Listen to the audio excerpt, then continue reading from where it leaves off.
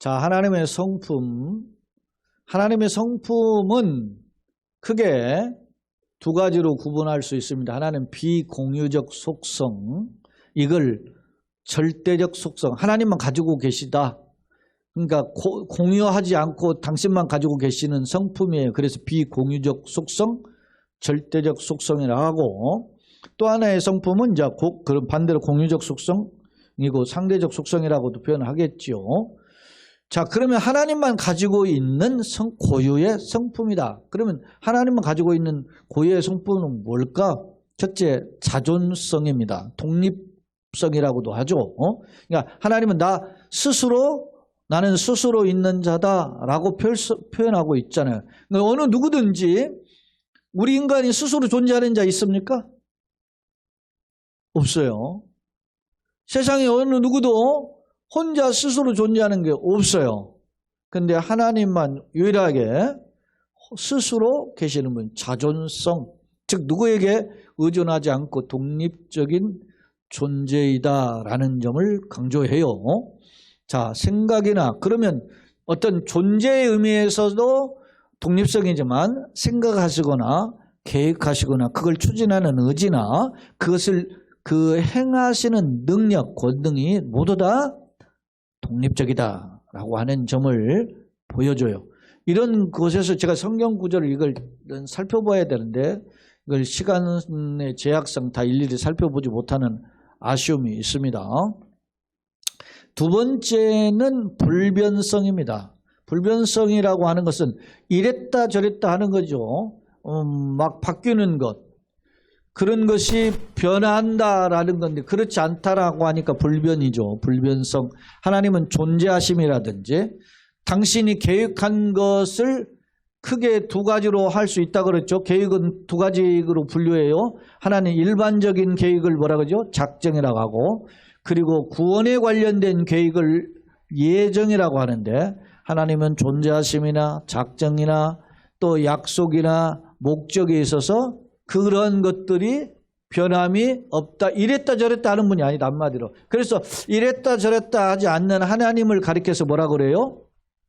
믿을 만한 가치가 있다. 신실하시다. 그래서 페이스풀이라고 하는 단어를 사용하죠. 신실하신 하나님이에요. 불변하시는 분이다. 후회가 없으시다. 그러니까 하나님이 이사야 성경에서도 보면 내가 너를 지명하여 불러 너는 내 것이라 그러죠. 이사야 43장에도 보면 41, 43장에 보면 그런 표현이 나와요.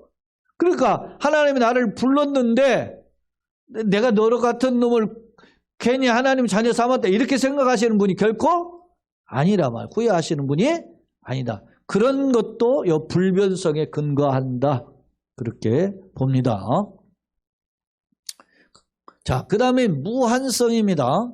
자, 하나님 본질에 있어서 무한하시다. 이 말은 상대적으로 무한하다의 반대는 유한하다, 유한성이죠. 인간은 존재 자체가 유한하죠. 우리가 일정 기간 살다가 없어지잖아요.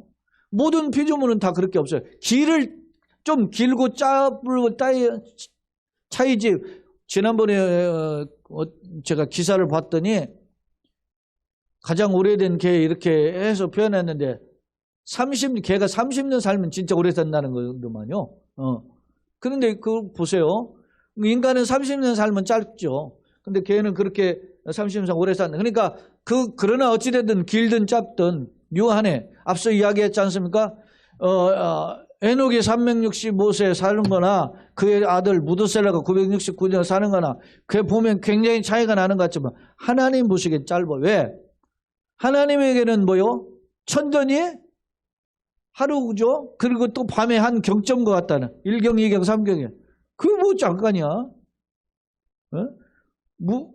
도연명의 도화원기에도 보면은 그런 내용이 나오지 않는다고 제가 이야기했었잖아요.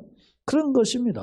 그러니까 하나님은 본질 자체가 무한하시고 완전하시다는 것이고 시간의 제약을 받지 않아. 그래서 어떤 경우에는 남들은 말이죠. 1000년을 살지도 못하지만 1000년을 살아도 하나님 앞에는 1시간밖에 안 산 거예요. 그런 존재예요. 왜? 하나님은 시간의 제약을 받지 않는 무한하시다. 그런 면에서 시간은 영원성이잖아요. 영원성. 그 다음에 공간의 제약을 받지 않는다. 광대성. 그러니까 시간, 공간, 본질에 있어서도 무한하시고 시간과 공간에서도 무한하시다. 그래서 예를 들어서 시간적인 표현을 이렇게 대입해 볼 때 나는 뭐요? 알파와 오메가, 처음과 나중이다. 이런 표현을 하시죠. 그러니까 예수님의 이 표현이기도 한데 이게 하나님의 무한성을 이야기하고 있다. 그 다음에 단일성이라고도 하고 유일성이라고도 하는데 오직 하나님 한 분이시다. 다시 말하면 복합체가 아니다. 이게 이제 나중에 삼위일체를 설명할 때 이 부분이 나올 텐데 오늘 시간이 빨리 이렇게 설명하면 삼위일체까지 들어가면 조금 설명을 할 테고 이런 부분이 삼위일체 하나님인데 삼위라고 하는 것은 세 인격이 하나로 계신다 그런 거거든요. 삼위일체. 근데 삼위라는 것을 삼위일체에서 설명하겠지만 사람들이 착각을 해요. 세 인격이니까 성부, 성자, 성령이니까 마치 하나님이 세 분인 것처럼 착각한단 말이에요. 그렇지 않다. 하나다. 그러니까 단일성이 유일성이라는 뜻이에요. 나중에 이제 단일신론, 유일신론의 차이점도 설명할 텐데 그거를 이제 나중에 하도록 하겠습니다. 자, 이렇게 표현해서 지나가면 이런 이제 하나님의 절대적 속성을 했어요. 그 다음에 이제 여러분이 가지고 계신 73페이지 하나님의 성품 중 보편적 속성이라고도 하고 아까 공유적 속성이라고도 하고 상대적 속성이라고도 하죠. 이 보편적 속성에 대해서는 그러면 한번 들어보자. 보편적이라는 것은 인격체에는 하나님이 주셨다라는 거예요. 그 말은 당신도 가지고 인격체죠. 하나님은 인격이시니까 하나님도 가지고 계시고 인격이 또 누가 있어요? 사람, 인간에게도 주신 성품이라는 겁니다. 이게 그러니까 함께 인간도 가지고 있고 하나님도 가지고 계시다 해서 공유적 속성 그리고 함께 보편적으로 가지고 있다 해서 보편적 속성 그래서 인간과 함께 가지고 있는 하나님의 성품인데 첫째 지식의 하나님이다. 뭐 그런데 지식의 하나님 지혜의 하나님인데 대신 하나님은 지식에서 어떤 지식이 하나님이죠?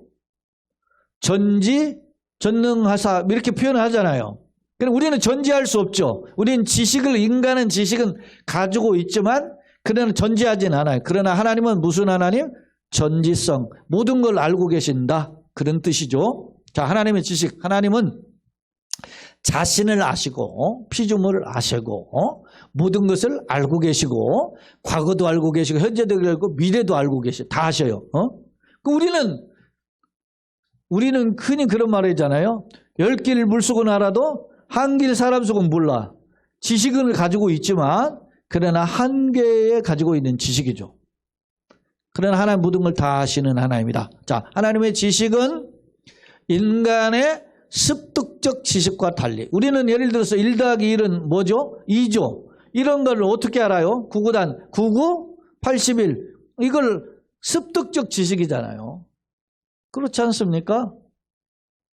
그런 것이죠. 자, 뭐 예를 들면은 이렇게 우리가 지금 뭐 이런 거 마이크라고 한다. 이거 다 습득적 지식 아닙니까? 이걸 종이라고 한다. 이런 거 그런 것들은 다 습득적 지식인데 하나님은 이미 그걸 어떻게 해요? 알고 계신다. 전지하시다. 하나님의 지식 인간의 습득적 지식과는 달리 본래부터 지식을 가지고 계신다. 특히 인간의 지식은 유한 아무리 알아서 박사를 10개 받을 수 없죠. 어떤 사람은 무슨 자격증을 100개를 땄다. 100개 따도 100개에 불과하죠.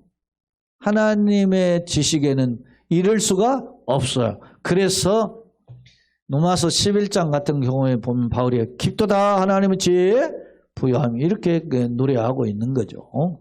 자, 하나님의 지식은 무한하고 영원하다. 하나님의 지식에 대해서. 자, 시편 139편을 한번 이게 다윗의 고백인데 한번 같이 한번 읽어봅시다. 주께서 나의 앉고 일어섬을 아시며 멀리서도 나의 생각을 통촉하시오며 나의 길과 눕는 것을 감찰하시며 나의 모든 행위를 익히 아시오니 할렐루야. 나는 이게 너무 멋있다고 봐요. 왜 그러냐? 이런 하나님을 내가 믿는 거잖아. 그죠? 만약에 하나님이 긴가민가하고 말이지 어떤 것은 아시고 어떤 건 모르시고 그러면 이렇게 믿을 수 없는 경우 어디 있어요? 요즘처럼 이번에 대통령 바뀌니까 좀 나라가 불안한 것 같아. 아무래도 막, 예? 어디가 막 무슨 뭐 들소도 아니고 막 부딪히고 싸우려고 하는 것처럼 불안해하는 거예요. 사람은 지도자가 국가 국민에게 안정감을 줘야 되는데 그렇게 못하니까 불안해. 그런데 여러분 보세요. 하나님을 믿는데 불안하면 믿겠어요? 하나님은 우리가 내 자신을 맡길 만한 거니 어떻게 나의 안고 일어서면 하신다는 거예요.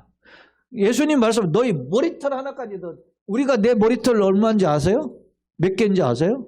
그런데 하나님 내 머리털까지도 알고 계시죠. 심지어는 예레미야 17장에 보면은 우리의 심장과 폐부를 살피신다 그랬어요. 멀리서 여기서도 하죠. 멀리서도 나야죠. 이게 여기 지금 내가 이 2절로 6절 해놓고 다 안 적어놨잖아요. 근데 거기 다윗이 뭐라고 하냐면 내가 하늘 끝에 거할지라도 하나님은 거기 계시고 내가 바다 끝에 거할지라도 하나님은 거기 계신다. 예? 심지어 내가 저 밑에 음부에 내 자리를 펼치라도 주님 거기 계신다. 그러니까 내가 두려움이 없죠. 그러니까 다윗이 여러분요 시편 23편에 아무나 그냥 눈감 땡가고 나오는 시가 아니에요. 다윗이 왕인데 자기를 뭘로 비유해요? 양으로 비유하잖아요. 여호와는 나의 목자시니 내가 부족함이 없으리라. 그가 나를 푸른 초장에 놓이시면 양이니까 쉴 만한 물가로 인도하시죠. 다 나를 먹을 것 모든 건 다 해결하신다는 거죠. 내가 사망의 음침한 골짜기를 다닐지라도 해를 두려워 아니할 것은 주께서 나를 어떻게 해요? 아니하시라. 주의 지팡이와 막대기가 나를 붙잡아 주시는 거예요. 네? 그래서 주께서 내 원수의 목전에서 내게 상을 베푸시고 기름으로 내 머리에 바르셨으니 기름은 최고의 그 축복을 상징하죠. 그러므로 내 잔이 넘치네.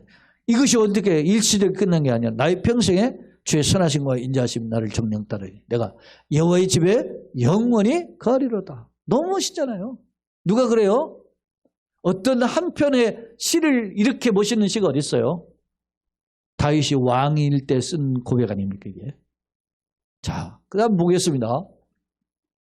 자, 앞서 전지성에는 하나님의 지식이 있고 하나님의 지혜가 있어요. 지식은 뭐고 지혜는 뭐냐? 이렇게 구분을 하는데 지식은 어떤 알미라고 하면 어떤 인포메이션 정보를 깨달은 거라 하면 지혜는 그 지식을 활용하는 능력 이렇게 흔히 뭡니까? 사전적 용어로 사용해요. 한번 보겠습니다. 하나님 지혜. 하나님은 당신의 목적과 계획을 세우는데 지식을 사용하시지만 그러나 그것을 실행에 옮기는 데는 뭘 동원하세요? 당신의 지혜를 동원하신다. 그래서 지혜는 사물에 대한 직관적 통찰력으로 지식은 이론적인 거지만 지혜는 그것을 활용하는 능력이니까 실제적인 능력이다. 이렇게 표현을 해요. 그러니까 하나님의 인간과 함께 지식도 있고 지혜도 가지고 있지만 그 지혜와 지식이 인간과 차원이 다르다라고 하는 점을 알 수 있어요. 그 다음에 이제 진실하시나는 우리도 거짓과 진실 인간이 있죠. 나 진짜야 뭐 이런 말을 하죠. 근데 사람은 진실인지를 구별 못하죠. 우리가 진실을 다 알면 어떻게 하겠어요? 여러분 보세요. 지금 재판받는 사람 누가 뭐 기다 아니다 막 서로 옥신각신하죠. 누구만 알겠어요? 하나님만 아시죠. 지금 범죄자들이나 검찰은 누가 진짜인지 뭐 서로 옥신각신 하잖아요. 검찰은 뭐 자기가 옳다고 아니면은 말이지 뭐 딴 사람은 아니다. 검찰이 잘못 수사한다 뭐 이러잖아요. 근데 나중에 하나둘 밝혀지는 때는 막 허탈감도 있고 막 비난의 욕도 더 드러나잖아요. 그런 거예요. 자, 진실하시나 하나님 거짓이 없다. 참이다. 네? 우상 존재 자체가 거짓이죠. 거짓이에요. 그래서 거짓 우자예요. 우상은 거짓 우자 형상사 없는 형상인데 인간이 만들어 놓은 거 가지고 우상이라는 거죠. 우상은 존재 자체가 거짓이지만 하나님의 존재가 어떻게 해요? 살아계신다. 그리고 하나님이 계시는 그 절대 하나님 계시 이게 뭐냐면 계시라는 말은 우리에게 감추은 걸 보여주시는 게 계시잖아요. 그러니까 하나님이 우리에게 보여주시는 것은 절대 신뢰할 만한 진리라는 거죠. 그러니까 하나님이 예를 들어서 이번에 보여주신 거고 지금 다음에 보여주실 거고 각각 다르면 어떻게 해요? 신뢰할 수가 없죠. 그런데 하나님은 계시에 어떻게 해요? 점진성을 살펴볼 때도 똑같아요. 진리. 변함이 없어요. 이랬다 저랬다 하는 분이 아니에요. 절대 신뢰하는 진리이며 그 말씀하신 약속을 이루시는 신실하신 분이다. 믿을 만한 가치가 있다. 그런 말이죠. 신실하신 분. 오 신실하신 주. 우리 그 찬양하듯이 그런 면에서 신실하신 하나님, 진실하신 하나님 그렇게 이야기합니다. 자, 페이지 수로는 벌써 이제 77페이지까지 갑니다. 이 여러분의 교재를 가지고 계셨는데 제가 그거를 교재를 지금 정리해 놓은 거예요. 그러니까 제가 이 강의를 하면서 PPT 하는데 이렇게 하니까 저도 다시 한번 정리해 보니까 발전성이 더 있어요. 예전에는 교재만 가지고 했는데 이렇게 제가 정리하니까 일목요연해서 교재 없는 분도 함께 공부할 수 있고 영상으로 또 참여하신 분들은 이렇게 영상 화면으로 제공되니까 좋죠. 자, 그 다음에 이제 하나님은 공유적 속성에서는 선하신 하나님. 착할 선자죠. 선한, 하나님 한 분의 선하니까. 선이라는 말은 이게 무슨 말이냐면 죄가 없다. 에? 이게 거짓이 없다. 그런 의미를 가지고 있어요. 자, 그러면 하나님은 어떤 면에서 선하실까? 자, 선의 반대는 뭐죠? 악이죠. 자, 그러면 하나님의 선하신 하나님이다. 악이 없다라는 거죠. 그러면 여러분 이렇게 생각해 보세요. 우리가 흔히 그런 말을 하잖아요. 야, 하나님이 선하신 하나님이면 왜 선악과를 만들어가지고 골탕 먹이나 뭐 이런 식으로 이야기 하잖아요. 여러분 어떻게 생각하세요? 선악과를 왜 만드셨을까요? 제가 예전에도 이야기했죠. 인간이 하나님이 창조했을 때 신형상, 하나님의 형상을 따라서 창조됐다. 이걸 이마고 데이라고 그래요. 신형상이라. 하나님을 소위 본받아서 했는데 여러분 피조물 중에 하나님의 형상을 본받은 존재 아무것도 없어요. 딱 하나예요. 인간밖에 없어요. 여러분 누가 나의 어떤 무엇을 만들었나 우리에게 장난감 만들기 위해서 자기 캐릭터를 만들어서 주는 사람이 있습니까? 근데 어디에 예를 들어서 뭐 내 캐릭터를 좋은 데서 잘 모시고 말이지 아름답게 선전하려고 하면은 초상권을 허락해 줘도 어디다 막 예를 들어 공에다 축구공에다가 내 얼굴 그려놓고서는 막 찬다. 그러면 하겠어요? 특히 뭐 북한 같은 경우에는 뭐 표적에다가 뭐 미군 그려놓고 뭐 저기 뭐 한국 대통령 사진 걸어놓고 막 쏜다 그러잖아. 그렇잖아요? 그러니까 신형상이라는 게 하나님이 최고의 하나님, 절대 하나님이 당신을 카피해가지고 누구에게 주겠느냐고. 물론 이 형상에는 외적인 형상의 의미보다는 뭐가 있어요? 내적 성품을 강조한 표현이거든요. 그런데 그 하나님께서 인간을 만드셨단 말입니다. 만드셨을 때 그 인간을 가리켜서 완전인이라고 그래요. 완전인. 그런데 지금 그 인간은 신형상 죄로 말미암아 파괴됐죠. 그러니까 그 인간이 무슨 인이 됐죠? 죄를 지었기 때문에 죄인이 된 거예요. 그러니까 완전인이 있었는데 죄를 지어서 무슨 인이 되었어요? 죄인이 되었어요. 그런데 하나님이 예수를 믿고 예수를 믿어서 구원받게 하시죠. 그럼 어디로 회복해요? 완전인으로 회복하는 게 아니라 하나님은 우리가 예수를 믿으면 법적으로 무슨 인이 되죠? 법적으로 무슨 인이 법적으로? 이게 답이 그냥 바로 나와야 되는데 안 나오네. 죄인의 반대가 뭐야? 의인이잖아. 의인이 법적으로 죄인이잖아요. 완전인이면 죄를 지어서 죄인이 됐죠. 죄인을 예수 그리스도 보혈로 회복하는 수준이 어디게요? 완전인이 아니에요. 어디예요? 의인 여기에요. 에? 저 여호와 정의는 지상에서의 낙원이라고 이야기해요. 회복되는 게. 우리는 아니에요. 의의 나라 영광. 자, 예수님이 형제 7명이 있는 한 아내를 취했다고 하는 형사치도 제도를 가지고 부활이 있느냐 없느냐 옥신각신 따지고 왔죠. 그때 예수님 뭐라고 그랬어요? 너희가 부활 때는 오해했구나. 그러면 죽은 후에는 어떻게 된다 그러는 거예요? 한 여자를 7명이 취했기 때문에 이스라엘 제도로 따지면 그러면 서로 간에 여보 할 거 아니냐. 그러면 어떻게 되면 이게 전국은 콩가루가 됩니까? 이런 질문 아닙니까? 그때 예수님 뭐라고 해요? 너희가 부활을 오해했다. 천국에서는 어떻게 된다 그랬어요? 하나님같이 되리라 그랬어요. 예? 자, 여러분 이런 생각도 해보잖아요.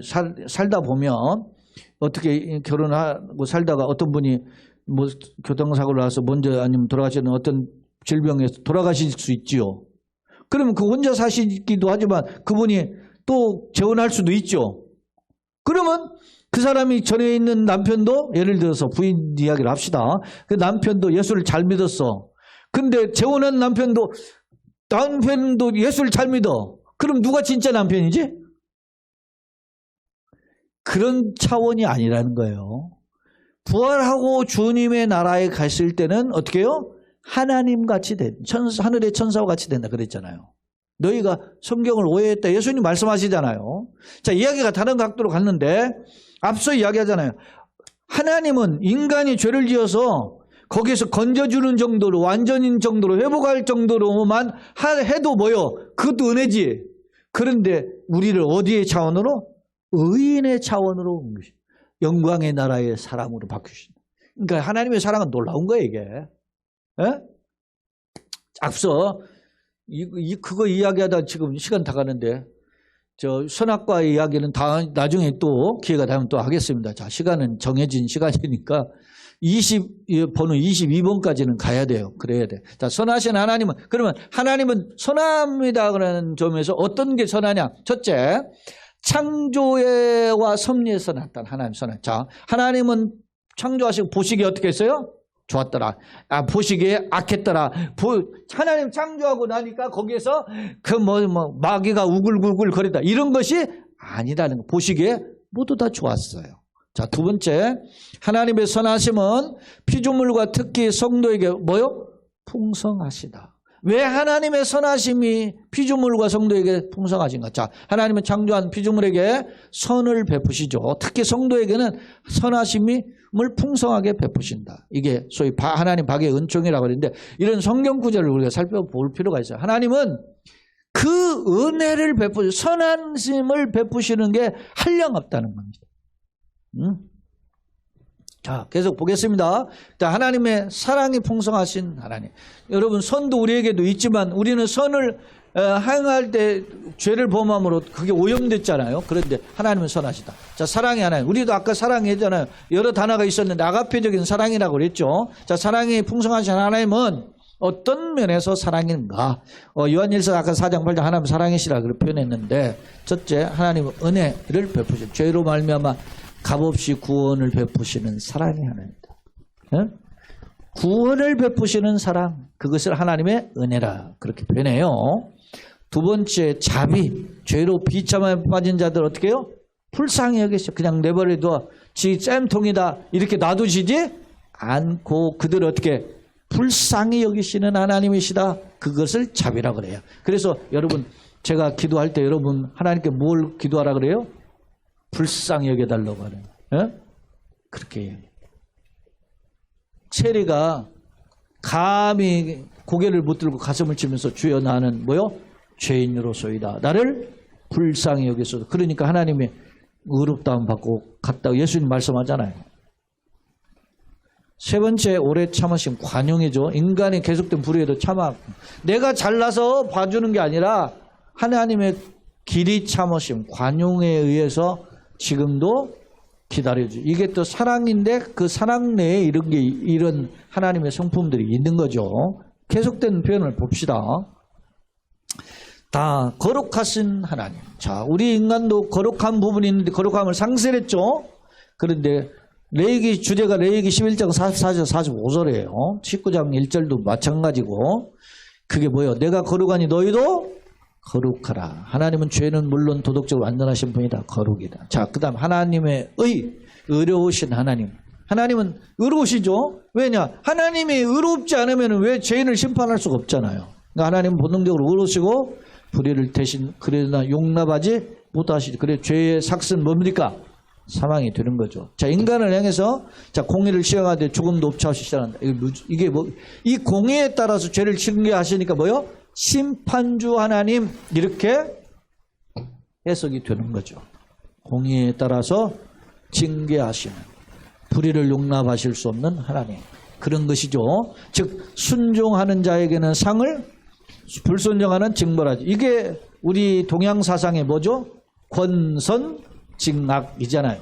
이게 그래서 인간을 향해서 순종하는 상을, 불순종하는 징벌. 이게 신명기서가 이런 사상으로 기록되어 있어요. 신명기.